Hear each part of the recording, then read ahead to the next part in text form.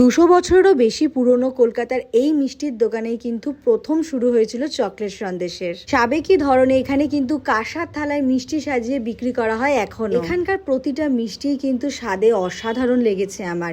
এই মিষ্টির দোকানের মিষ্টি তৈরির কিছুটা ভিডিও আমি কিন্তু ক্যাপচার করে নিয়েছিলাম তোমাদের সাথে শেয়ার করার জন্য। এই মুহূর্তে ভিডিওতে যে মিষ্টি তৈরির পদ্ধতি তোমরা দেখছো সেই মিষ্টির নাম কিন্তু মালাই রোল। বেশ নামি দামি বহু রেস্টুরেন্টেই কিন্তু এখানকার মিষ্টি নিয়মিত সাপ্লাই দেওয়া হয়। এখানকার মিষ্টি এর আগেও আমি অনেকবার খেয়েছি, আমার আগা গোড়াই এখানকার মিষ্টি ভীষণ ভালো লাগে।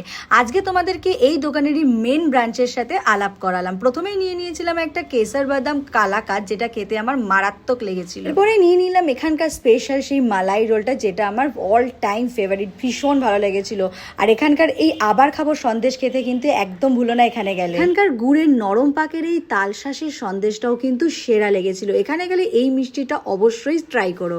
এখানে গিয়ে চকলেট সন্দেশ ট্রাই করতে একদম ভুলো না, চকলেট সন্দেশটা জাস্ট অসাম ছিল। এখানকার প্রতিটা মিষ্টি ভালো, আলাদা করে রিভিউ দেওয়ার মতো কিছুই নেই, বিশ্বাস করুন আপনারা।